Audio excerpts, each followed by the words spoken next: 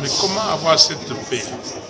Nous disons que la réponse est simple. D'abord, avant de rechercher la paix, il faut savoir quelles sont les causes profondes du dérèglement du Congo, de l'insécurité qui s'est vue au Congo.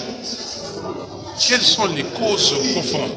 Et j'ai dit qu'il y avait des causes externes et des causes internes. Il y avait des causes lointaines et des causes récentes. Et vous le savez, dans les causes lointaines, je suis allé depuis la traite négrière, le pays qui a été donné au roi des Belges, l'État indépendant du Congo. Je parlais de la colonisation belge et j'ai parlé du début de l'indépendance du Congo quand les gens sont venus perturber le jeune État congolais qui accédait à la souveraineté nationale et internationale. Donc ça, c'est les causes lointaines. Et dans les causes lointaines, vous avez aussi l'immigration rwandaise. Les Rwandais qui sont venus massivement au Congo, travailler à la Gécamine, travailler ailleurs, et il y en a qui sont restés. Et tout ça, c'est devenu un problème aujourd'hui. Mais dans les causes internes, vous le savez, depuis 1960, et la Constitution le dit, il y a le manque de légitimité des institutions et des animateurs. Dès 1960, on accède à l'indépendance. On instrumentalise certains Congolais, comme aujourd'hui. On continue à instrumentaliser les Congolais. On continue à avoir des pions ici au Congo. Des pions naïfs et des pions non, naïfs, inconscients. Nous sommes dans cette situation. Qu'est-ce qu'il faut-il faire? Nous connaissons les causes.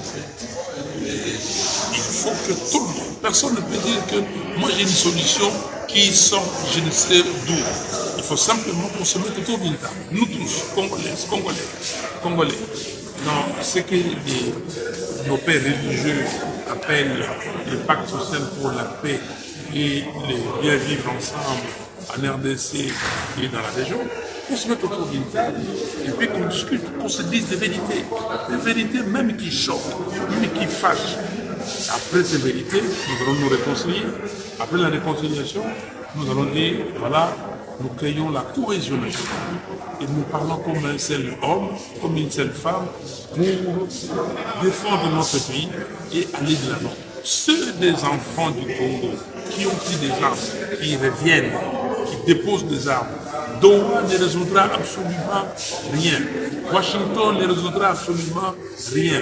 Tous ces accords, toutes ces discussions à l'extérieur du pays doivent venir après la discussion nationale, le dialogue national inclusif, et puis nous pourrons, avec les Américains, signer des accords de coopération économique avec n'importe quel pays, signer des accords de coopération économique en toute souveraineté.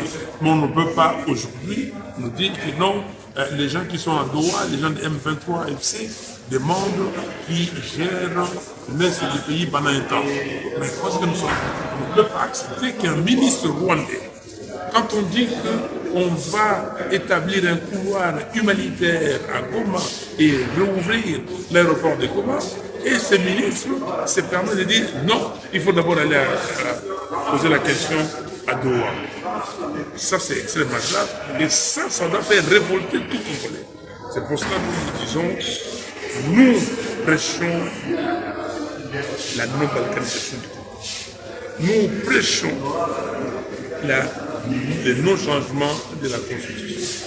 Nous prêchons le oui pour l'adoption, la matérialisation, pas l'adoption, la matérialisation de la résolution 2773 du Conseil des Nations Unies.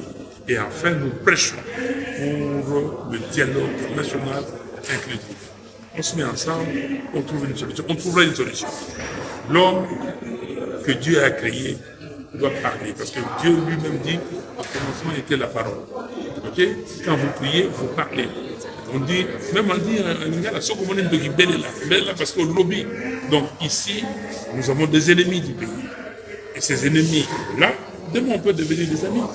mais qui laisse le Congo tranquille. Merci beaucoup.